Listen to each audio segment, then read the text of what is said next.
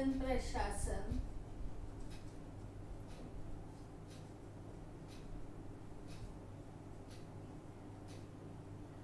या तिसऱ्या चॅप्टर मधला तिसरा भाग म्हणजे पुढचा मुद्दा आज आपण घेणार आहोत.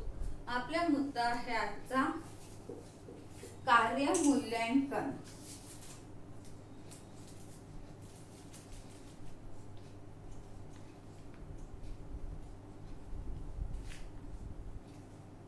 आता कार्य मूल्यांकन म्हणजे काय हे आपण थोडक्यात मागच्या वेळेस बघितलेलं होतं की प्रत्येक कार्याचं प्रत्येक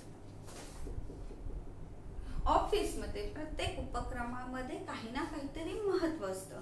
आता हे महत्व किती आहे, कुठल्या क्रमावर ते महत्व येतं की किंवा कुठल्या कामाला आपण किती महत्व दिलं पाहिजे हे सगळं एक निश्चित क्रमवारीने लावणं अत्यंत आवश्यक असतं. की कुठलं काम जास्त महत्वाचं आहे, त्याच्यापेक्षा कमी आहे, त्याच्यापेक्षा कमी आहे, त्याच्यापेक्षा कमी आहे, अशा प्रकारे काय करायला पाहिजे, कामाचा एक क्रम ठरवायला पाहिजे. हा क्रम ठरवल्यानंतर त्या कामाच्या महत्वानुसार तिचं मूल्यांकन केलं जातं, तिचं पैशामध्ये परिवर्तन केलं जात असतं. जसं सगळ्यात महत्वाचं काम असेल तर त्याचा पगार किती राहील, त्याच्यापेक्षा कमी आहे तर त्याचा पगार किती राहील. शेवटी प्रत्येक गोष्ट पगार म्हणजे वेतन. शेवटी प्रत्येक गोष्ट कशामध्ये कन्वर्ट होते, कशामध्ये आपण मोजमाप करतो, कुठल्याही गोष्टीचं मोजमाप आपण शेवटी कशात करतो, पैशामध्ये करत असतो. त्यामुळे ज्यावेळेस एखाद्या कार्याचं मूल्यांकन करायचं असतं तेव्हा हे मूल्यांकन करत असताना ते आर्थिक बाबीवरच केल्या जात असतं. कारण की हे मूल्यांकनानुसारच त्या पदाचं वेतन निश्चित केल्या जात असतं. त्यामुळे प्रत्येक कार्याचं मूल्यांकन करणं, योग्य मूल्यांकन करणं, नुसतं मूल्यांकन नाही तर योग्य मूल्यांकन करणं हे देखील अतिशय महत्त्वाचं कार्य वेतन प्रशासनाला करावं लागत असतं. कारण की जर कुठल्याही कामाचा योग्य मोबदला जर भेटला नाही तर कर्मचाऱ्यांमध्ये असंतोष निर्माण होण्याची भीती असते. त्यांच्या मनामध्ये एक येतं की मी एवढं काम करत आहे आणि माझा पगार तुलनात्मक दृष्ट्या दुसऱ्याला जेवढा पगार भेटत आहे त्याच्या मानाने कमी आहे. ही जर असंतोषाची भावना त्याच्या मनामध्ये निर्माण झाली तर काय होतं, त्याचं कार्यक्षमता कमी होते, त्याची काम करण्याची इच्छा कमी होते आणि त्याचा परिणाम उपक्रमावर होत असतो. म्हणून कुठल्याही कार्याचं मूल्यांकन योग्य प्रकारे होणं आवश्यक आहे की त्या पदावर कार्यरत असणारा कर्मचारी हा त्या वेतनाबाबत समाधानी असणं अत्यंत आवश्यक आहे. म्हणून योग्य मूल्यांकन ठरवणं हे वेतन प्रशासनाचं अतिशय महत्त्वाचं असं कार्य आहे. मग कार्य मूल्यांकनाची व्याख्या काय आहे, उपक्रमातील प्रत्येक कार्याचे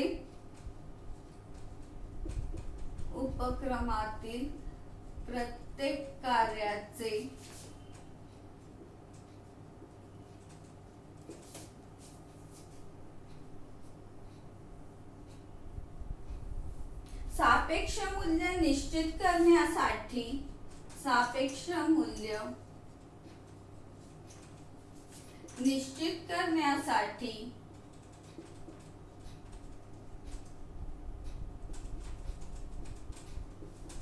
आणि त्या कार्याची योग्य आधारभूत मजुरी ठरविण्यासाठी आणि त्या कार्याची योग्य आधारभूत मजुरी ठरविण्यासाठी बघा, जेव्हा आपण एखादी व्याख्या शिकतो त्यावेळेस त्या व्याख्येतून आपल्याला त्या शब्दाचा किंवा त्या संकल्पनेचा पूर्ण अर्थ काय होतो समजत असतो. त्यामुळे व्याख्या ही अतिशय महत्त्वाची आहे. आधारभूत मजुरी ठरविण्यासाठी केलेला प्रयत्न म्हणजे कार्य मूल्यांकन होय.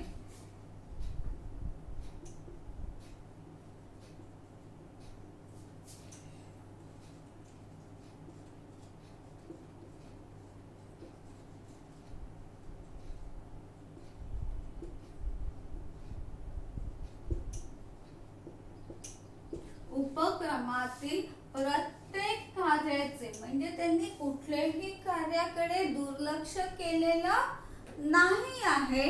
तर अगदी लहानात लहान सगळ्यात कमी महत्वाचं आपल्याला अगदी क्षुल्लक वाटणारं काम असेल तरीही त्या कामाचा विचार कार्य मूल्यांकनामध्ये केलेला असतो असा त्याचा अर्थ झालेला आहे. प्रत्येक कार्याचं सापेक्ष मूल्य निश्चित करण्यासाठी, सापेक्ष म्हणजे काय म्हणू आपण, योग्य तुलनात्मक दृष्ट्या योग्य असलेलं मूल्य सापेक्ष मूल्य होय.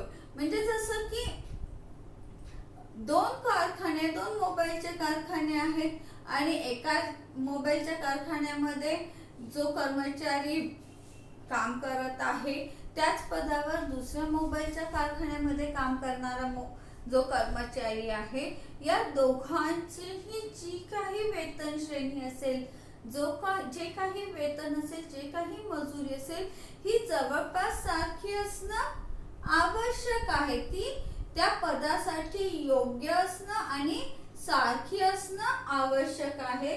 सापेक्ष त्या पदाला कार्याला आवश्यक असणारं मूल्य निश्चित करण्यासाठी आणि त्या कार्याची योग्य आधारभूत मजुरी ठरविण्यासाठी, म्हणजे त्या कार्यासाठी तुम्ही कमीत कमी किती मजुरी देणं योग्य ठरणार आहे. आधारभूत म्हणजे कुठल्या आधारावर, एक राशी असते. आपण जसं म्हणतो की नाही, एक आपलं साधी गोष्ट असते की आपल्याला ड्रेस घ्यायला जायचंय, तर आपलं असतं की आपल्याजवळ 1000 रुपये असेल, 1200 रुपये असेल. आपण काय म्हणतो, आधारभूत आपलं काय असतं की नाही 1500चा आपल्याला घ्यायचा आहे. वाढवत वाढवत आपण 1500 पर्यंत नेऊ, आपल्याजवळ 1500 रुपये असेल तर. परंतु बघताना आपण 1500 पासून सुरुवात करत नाही, कारण 1500 ही काय झाली मग आपली बेसिक किंमत होते, त्याच्यावरती आपण बघतो. मग आपल्याजवळ आधार काय असतो, आपण तर काय म्हणतो, नाही 500-600चा दाखवा, जास्तीत जास्त 1000 पर्यंत दाखवा. मग आपण वाढत वाढत 1500 पर्यंतची वस्तू सहजतेने खरेदी करतो, कारण आपल्या पॉकेटमध्ये तेवढे म्हणजे पैसे असतात. म्हणजे आपण बेस काय ठरवलाय, आपल्याजवळ जास्तीत जास्त जेवढा पैसा आहे तो पूर्ण खर्च करण्याच्या उद्देशाने आपण मार्केटमध्ये जात नाही. तर आपण एक ठरवतो एवढे पैसे आहेत, त्याच्यातले एवढे खर्च करता येते. ती आपली झाली आपल्या शॉपिंगचा आधार झालेला आहे. तसंच मजुरी ठरवत असताना त्या कार्याची योग्य आधारभूत मजुरी ठरविण्यासाठी त्या कार्याला योग्य किती मजुरी देणं तुम्हाला अपेक्षित आहे, की जी कमीही वाटणार नाही आणि जास्तही वाटणार नाही, ती आधारभूत मजुरी ठरविण्यासाठी केलेले प्रयत्न म्हणजे कार्य मूल्यांकन होय. हे मजुरी ठरवण्यासाठी त्याला अनेक गोष्टींचा विचार करावा लागत असतो. कार्य मूल्यांकन करत असताना नुसतंच त्याला काय महत्वाचा क्रम ठरवून होणार नाहीये, तर कार्य मूल्यांकन करत असताना त्याला त्याच्यासाठी त्या व्यक्तीची जबाबदारी, अधिकार, कर्तव्य, योग्यता, जबाबदारी घेण्याची त्याची असलेली क्षमता, त्याची निर्णय क्षमता, अशा अनेक गोष्टींचा विचार कार्य मूल्यांकन करत असताना करावा लागत असतो. आता ही झाली आपली व्याख्या. ही आपल्याला सहजतेने लक्षात येते की कार्य मूल्यांकन केल्याशिवाय कुठल्याही पदाचं वेतन निश्चित होऊ शकत नाही. म्हणून कार्य मूल्यांकन करणं अत्यंत आवश्यक आहे. मग कार्य मूल्यांकनाचं आपण वैशिष्ट्य काय म्हणू, जर आपल्याला वैशिष्ट्य बघायचं झालं की कार्य मूल्यांकन का करावं असं वाटतं किंवा कार्य मूल्यांकनाचे आपल्याला काय उपयोग होतो ते केल्याने, उपक्रमासाठी ती उपयुक्त काय आहे त्याचं वैशिष्ट्य काय आहे कार्य मूल्यांकनाचं, तर सगळ्यात पहिलं वैशिष्ट्य ठरवता येईल की ही एक वैज्ञानिक पद्धत आहे. कार्य मूल्यांकन काय आहे, वैज्ञानिक पद्धत आहे.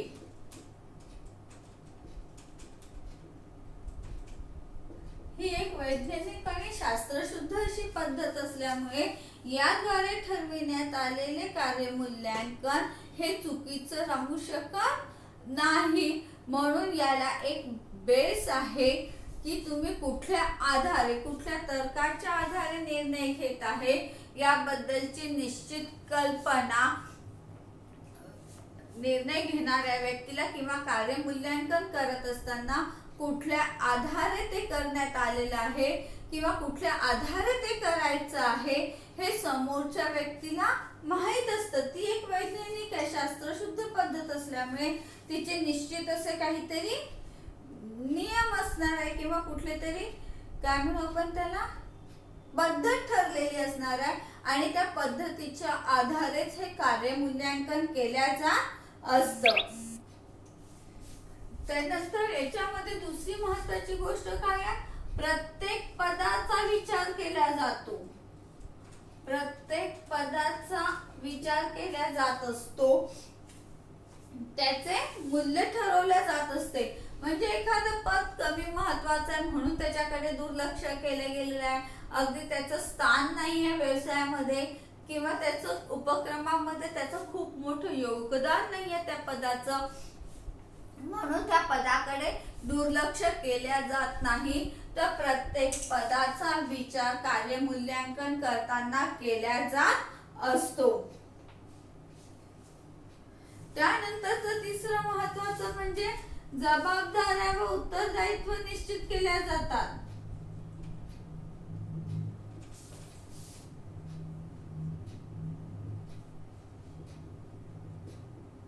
जबाबदाऱ्या व उत्तरदायित्व निश्चित केल्या जात असतं. म्हणजेच काय केलं जात असतं की एखादं कार्य करत असताना ती व्यक्ती, त्या पदावर असणाऱ्या व्यक्तीच्या जबाबदाऱ्या काय आहे, तिचे कर्तव्य काय आहे, तिचं उत्तरदायित्व काय आहे या बाबतच्या स्पष्ट कल्पना समोरच्या व्यक्तीला असतात. त्याचप्रमाणे त्याचे एक निश्चित असे ध्येय असतात. त्यामुळे आपण निश्चित ठरलेलं असतं की हे पद आहे, क्लर्कचं पद आहे, त्याच्या जबाबदाऱ्या आणि कर्तव्य हे आहे. सिनियर ऑफिसर आहे, त्याचं जबाबदाऱ्या हे आहे, त्याचे कर्तव्य हे आहे. चपराशी आहे, त्याचं जबाबदाऱ्या आणि कर्तव्य हे. म्हणजे प्रत्येक पदाच्या जबाबदाऱ्या आणि उत्तरदायित्व हे दोन्हीही निश्चित केल्या जात असतं. त्यामुळे ते पद स्वीकारताना किंवा त्या पदावर त्यामुळे आपण ते पद स्वीकारल्यानंतर समोरची व्यक्ती या जबाबदाऱ्या किंवा उत्तरदायित्व कर्तव्य नाकारू शकत नाही, कारण की त्याची स्पष्ट कल्पना कार्य मूल्यांकनामध्ये दिलेली असते. जसं आपण असं म्हणू, आम्ही शिक्षक आहोत, आम्ही ज्यावेळेस शिक्षकी पेशा स्वीकारला त्यावेळेस आम्हाला सांगितलेलं असतं की तुम्हाला वर्षामध्ये सिलेबस पूर्ण करावंच लागणार आहे, हे आमची जबाबदारी आहे, उत्तरदायित्वही आहे. बरोबर आहे ना. याच्यासाठी आम्हाला दरवेळेस सूचना देण्याची गरज नाही आहे. ज्यावेळेस तुम्ही एखादं पद स्वीकारता आणि त्या पदानुसार तुम्ही पगार घेत असता त्यावेळेस त्या पदाचे काहीतरी निश्चित जबाबदाऱ्याही असतात आणि त्याचे उत्तरदायित्वही असतं. कार्य मूल्यांकन करत असताना हे जबाबदारी आणि कर्तव्य उत्तरदायित्व निश्चित केल्या जात असतात. तिसरं महत्वाचं म्हणजे, चौथं महत्वाचं म्हणजे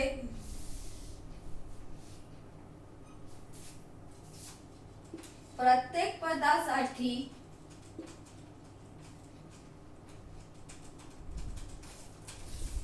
कमीत कमी व जास्तीत जास्त मोबदला निश्चित करणे.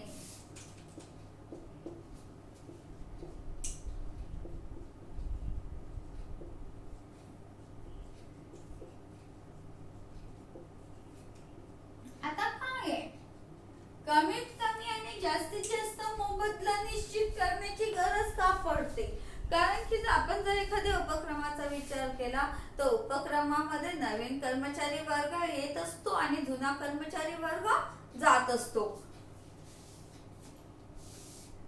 मग जो नवीन कर्मचारी वर्ग आलेला आहे त्याची नियुक्ती केल्यानंतर, त्याला नोकरी दिल्यानंतर त्याचं वेतन कुठून सुरू होणार आहे, त्याचं कमीत कमी त्याला सुरुवातीला किती वेतन भेटणार आहे हे निश्चित केलं जात असतं. जसं आपण म्हणून एखादा क्लर्क आहे तर त्याचं जर वेतन 35,000 निश्चित केलं असेल, कमीत कमी त्याला 35,000 वेतन भेटणार आहे असं निश्चित केल्यानंतर हे काय झालं, त्याचं बेसिक झालं की त्याला 35,000 निश्चितपणे वेतन भेटणार आहे. याच्यापेक्षा कमी वेतन त्याला भेटू शकत नाही. हे म्हणजे एखाद्या नवीन व्यक्तीला नियुक्त करत असताना तिला जे वेतन देण्यात येतं ते कमीत कमी वेतन असं आपण म्हणू शकतो. तर जास्तीत जास्त वेतन म्हणजे काय, एखादी व्यक्ती एकाच पदावर अनेक वर्ष कार्य करत आहे तर तिला दरवर्षी काय होतं, पगारवाढ भेटते, बरोबर आहे ना. तिचे प्रमोशन्स होतात पण ती त्याच पदावर कार्यरत असते. मग अशा वेळेस तिला जास्तीत जास्त किती वेतन भेटणार आहे याची कल्पना त्या व्यक्तीला असणं अत्यंत आवश्यक आहे. जसं आम्ही म्हणू की आमची नोकरी आहे तर आम्हाला माहित आहे की आमचे 3 प्रमोशन झाल्यानंतर आम्हाला प्रमोशन नाहीये, त्याच्यानंतर वेतनवाढ होणार नाही असं जर आपण गृहीत धरलं तर मला माहित आहे माझे 3 जर प्रमोशन झाले तर मला 4थं मिळणार नाही आहे. माझी पगारवाढ तिथेच थांबणार आहे. म्हणजे मला मिळणारी जी पगारवाढ आहे ही काय झालेली आहे, तिथे स्टॉप झालेली आहे. त्याच्या पुढे मला काहीही स्कोप नाही आहे किंवा माझ्या पगारवाढीचा स्कोप नाहीये त्या पदासाठी, कारण की मी त्या महत्तम पगाराला जाऊन पोहोचलेली आहे. ते म्हणजे त्याचं झालेलं आहे जास्तीत जास्त मोबदला निश्चित करणे. मी क्लर्कच्या पोस्टवर आहे, मला माहित आहे माझी 35,000 पासून सुरुवात होणार आहे आणि 90,000वर माझं काय होणार आहे, पगार स्थिर होणार आहे. ही कल्पना त्या कर्मचाऱ्याला देणे अत्यंत आवश्यक असते. कार्य मूल्यांकनामध्ये प्रत्येक गोष्टीचा कमीत कमी व जास्तीत जास्त मोबदला किती राहणार आहे हे आधीच निश्चित करण्यात आलेलं असतं की या पदासाठी तुम्हाला 1 लाख पगार जास्तीत जास्त भेटू शकतो, तुम्ही 1 लाखापर्यंत पोहोचू शकता. इन्क्रीमेंट आणि जे काही असेल ते सर्व घेऊन तुम्ही, एखादा म्हणेल तुला 70,000वर तुमचा क्लर्कचा राहणार आहे, चपराशाचा 40,000वर राहणार आहे. तर हे काय असतं, कार्य मूल्यांकनामध्ये या बाबी निश्चित केलेल्या असतात. नंतरचा महत्त्वाचा मुद्दा आहे कर्मचाऱ्यांमधील गुणवत्ता व कौशल्याला मान्यता देणे व पदोन्नतीसाठी कार्य मूल्यांकनाचा आधार घेणे. कौशल्य व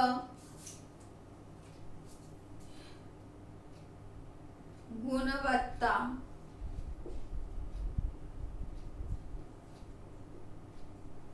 यांच्यासाठी कार्य मूल्यांकनाचा आधार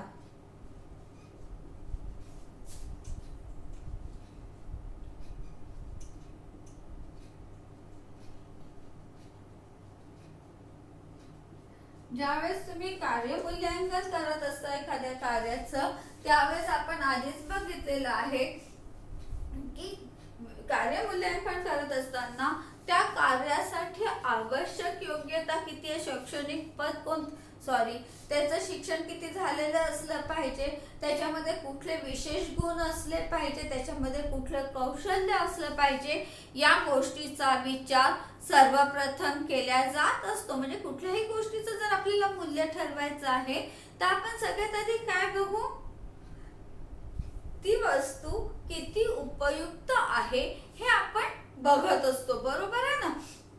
ज्यावेळेस तुम्ही एखाद्या कार्यालयामध्ये एखादं काम करत असता त्यावेळेस ते काम करत असताना तुमच्या अंगी कुठलं कौशल्य असायला पाहिजे, तुमच्यामध्ये कुठली गुणवत्ता असायला पाहिजे, याचा विचार कार्यमूल्यांकन करताना केला जात असतो. त्यामुळे ज्या व्यक्तीच्या अंगामध्ये कौशल्य आणि काय म्हणू गुणवत्ता आहे, तिचं प्रमोशन, तिची पदोन्नती करण्यासाठी कार्यमूल्यांकन फायदेशीर ठरत असते. जसं आपण म्हणू, मी एखाद्या पोस्टवर काम करत आहे आणि तिथे मला कम्प्युटर इंजिनियरची आवश्यकता होती, तिथे मी लागलेली आहे, बरोबर आहे ना. मग आता यावेळेस माझं क्वालिफिकेशन काय आहे, मी कम्प्युटर इंजिनियर आहे. मग हे कार्य करत असताना जर मी माझ्या अंगी असलेलं कौशल्य वापरून किंवा माझी बुद्धिमत्ता जर मी योग्य प्रकारे उपयोगात आणून माझं कार्य पार पाडत असेल आणि त्याचा जास्तीत जास्त उपयोग मी माझ्या व्यवसायाला, उपक्रमाला करून देत असेल, तर काय झालेलं आहे, मी जे कार्य करत आहे त्याच्यामध्ये मी माझं महत्तम योगदान दिलेलं आहे. जास्तीत जास्त काय केलेलं आहे, मी उपक्रमाचा फायदा करून दिलेला आहे. मी माझं स्वतःच्या गुणवत्तेमध्ये वाढ केली आहे. जेवढं मी एखादं काम करत जाणार आहे तेवढी माझी काय होणार आहे, त्याच्यामध्ये मी एक्सपर्ट होणार आहे, कौशल्य मला आपोआप प्राप्त होत जाणार आहे. जसं आपण म्हणून मी एखादं काम रोज करत आहे, तुम्ही एखादं काम रोज करत आहे, बरोबर आहे ना. तर काय झालेलं आहे, तुम्ही त्याच्यामध्ये एक्सपर्ट होता. बघा, तुम्हाला सगळ्यांना एक कॉमन उदाहरण आहे, आपण सगळेजण सायकल चालवलेली आहे, बरोबर आहे ना. सायकल सगळे करून लहानपणापासून कॉलेजमध्ये जाईपर्यंत सायकल चालवत असतात. आता काही जण फक्त सायकल चालवतात, त्याचा उपयोग तेवढाच करतात, घरी जायचं व्यवस्थित सायकल चालवायची, बरोबर आहे की नाही.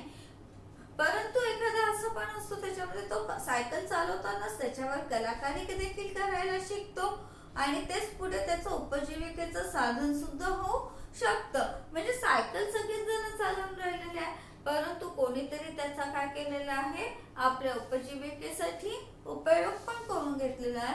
म्हणजे त्याची ही गुणवत्ता त्यांनी काय केलेली आहे, वाढवलेली आहे, तिचा योग्य उपयोग करून घेतला आहे. अशा पद्धतीने जर कोणी आपल्या मध्ये असलेल्या गुणवत्तेचा, कौशल्याचा महत्तम उपयोग करून घेत असेल, तर कार्यमूल्यांकनामध्ये त्याचा पदोन्नतीसाठी विचार केला जात असतो. हे झाले आपले कार्यमूल्यांकनाचा अर्थ आणि त्याचे वैशिष्ट्ये. आता पुढचं आपण नंतर बघूया.